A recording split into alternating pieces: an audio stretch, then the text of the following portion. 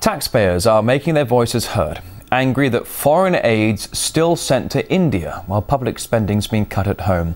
And despite New Delhi dismissing the handouts as peanuts, the cash keeps flowing. RT's Laura Smith reports. Whoever owns these streets, they're getting used to the angry pounding of feet, with demonstrations large and small a regular sight. Don't spend our money on foreign wars. Don't cut our public services, these people are saying. But although the government insists the cupboard is bare, it's still sending millions to India, one of the fastest growing economies in the world. It's absolutely crazy, really.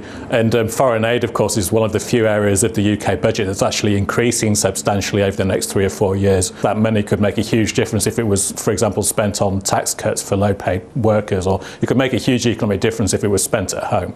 Instead, people trudge these streets, angry at a government that says it can't afford pensions, education and services, but can afford to send the equivalent of $2 billion over the next 3 years to India, which now has more billionaires than Britain does. The Indian economy will grow by 7% this year, compared to a measly 1% here. It's already got the 9th largest gross domestic product in the world, and it's got a space programme. Immense wealth rubs shoulders with crippling poverty, though, and defenders of the aid programme point to India's 600 million poor people living on less than $2 a day.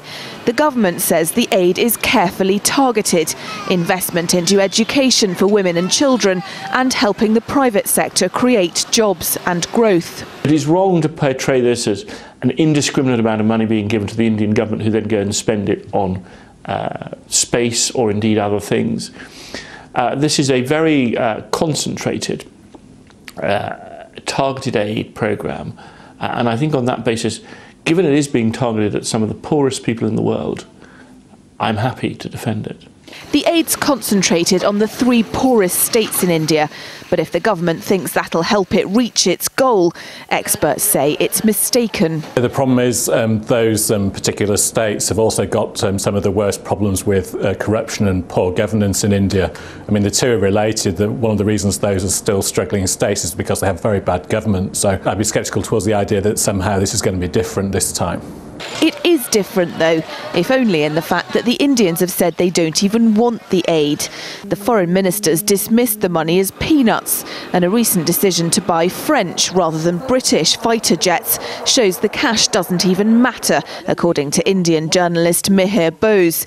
He says it's up to the 400 million wealthier Indians to help their impoverished countrymen, not a patronising post-imperial Britain. We are showing how good we are. This is the way to do it.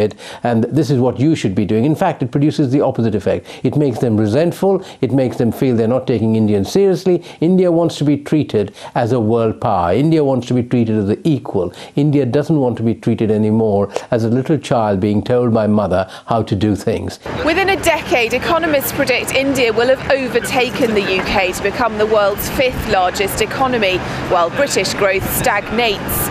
It's time, say commentators, for Britain to build equal relations with the new, powerful India before the aid needs to start flowing in the other direction.